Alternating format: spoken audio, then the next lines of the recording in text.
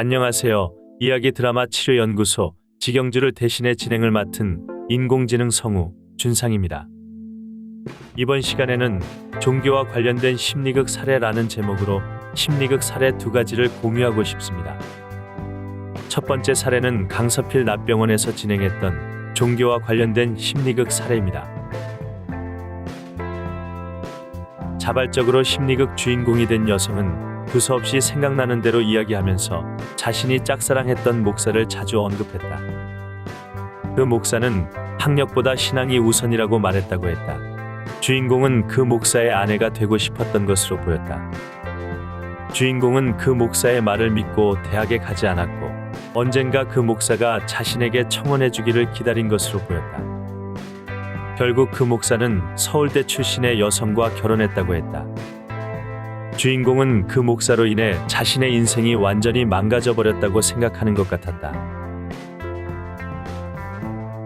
주인공의 긴 이야기를 끝까지 경청해보니 목사와 관련된 몇 가지 단편적인 이야기가 반복되면서 내용이 빈약하다는 생각이 들었다. 주인공의 이야기가 또 다시 반복되는 것을 확인한 뒤 나는 주인공에게 이야기를 마무리 짓도록 부탁했다. 주인공이 스스로 자신의 이야기를 마무리 짓고 나의 이야기를 경청할 준비가 될 때까지 기다렸다. 나는 주인공에게 그 목사에 대한 이야기에 초점을 두고 심리극을 진행해보고 싶다고 제의했다. 주인공은 나의 제의를 수락했다. 주인공의 의견을 반영하여 목사 대역은 주인공이 직접 정하도록 했고 목사의 배우자 대역은 내가 직접 정했다. 나는 목사 역할을 맡은 보조자에게 학력보다 신앙이 우선이라는 것을 강조하면서 주인공에게 관심을 보이는 것 같으면서도 관심이 없는 것 같은 이중적인 느낌이 들도록 연기해달라고 부탁했다. 그리고 주인공의 반응을 살펴보았다. 주인공은 갑자기 그 목사가 소속된 교회 이름과 동네 위치, 그리고 홈페이지 주소를 큰 소리로 외쳤다.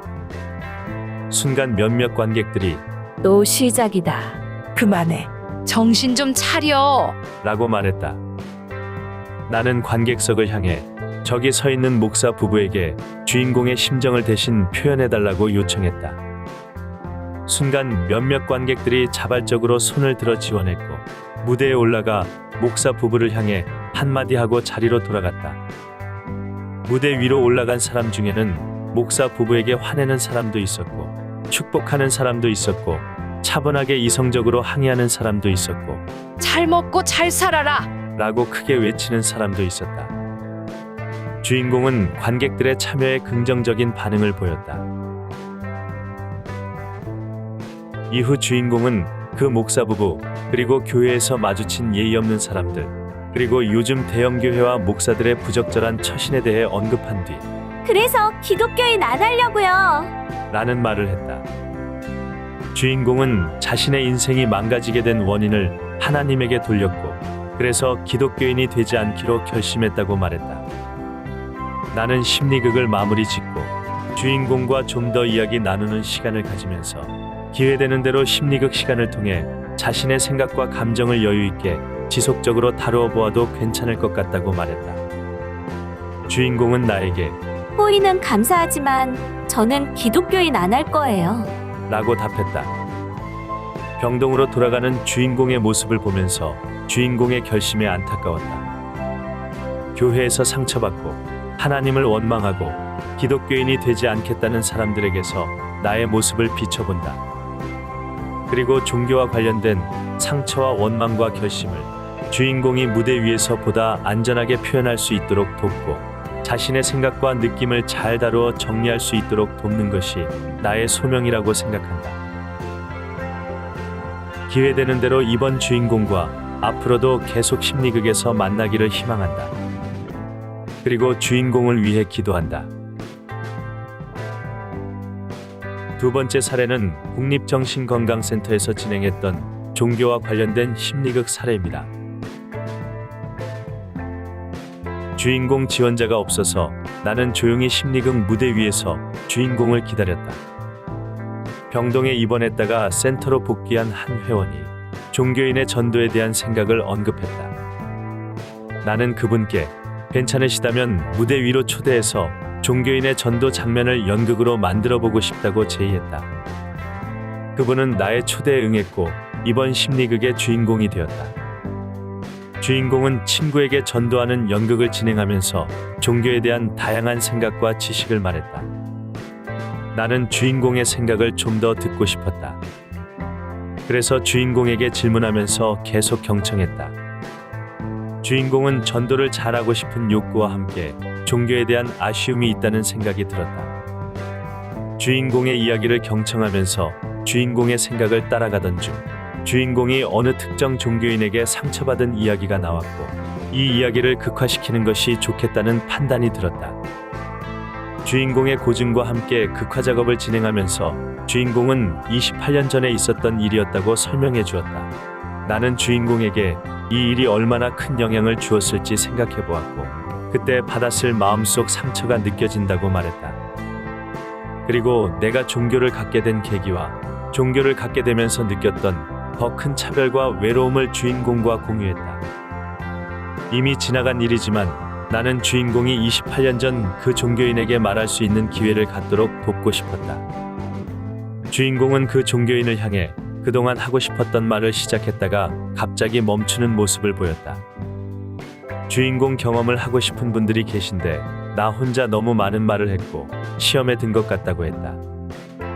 그리고 주기도문에 나오는 우리를 시험에 들게 하지 마옵시고 라는 구절이 생각난다고 했다. 그 순간 나는 주인공에게 다만 악에서 구하옵소서 라는 구절이 떠오른다고 말했다. 그리고 주인공에게 주인공은 나의 초대를 받아 이 자리에 선 것임을 설명했다. 나는 주인공이 심리극을 경험하는 도중 시험에 들지 않고 자신을 악에서 구할 수 있도록 돕고 싶다고 말했다. 그래서 나는 정신 바짝 차리고 계속 기도하면서 주인공을 위한 심리극을 진행하겠다고 말했다. 그리고 나는 늘 심리극을 진행하기 전에 원활한 진행을 위해 기도해왔고 지금 진행 중인 이 연극은 도덕적이고 윤리적인 선을 준수하고 있다고 말했다.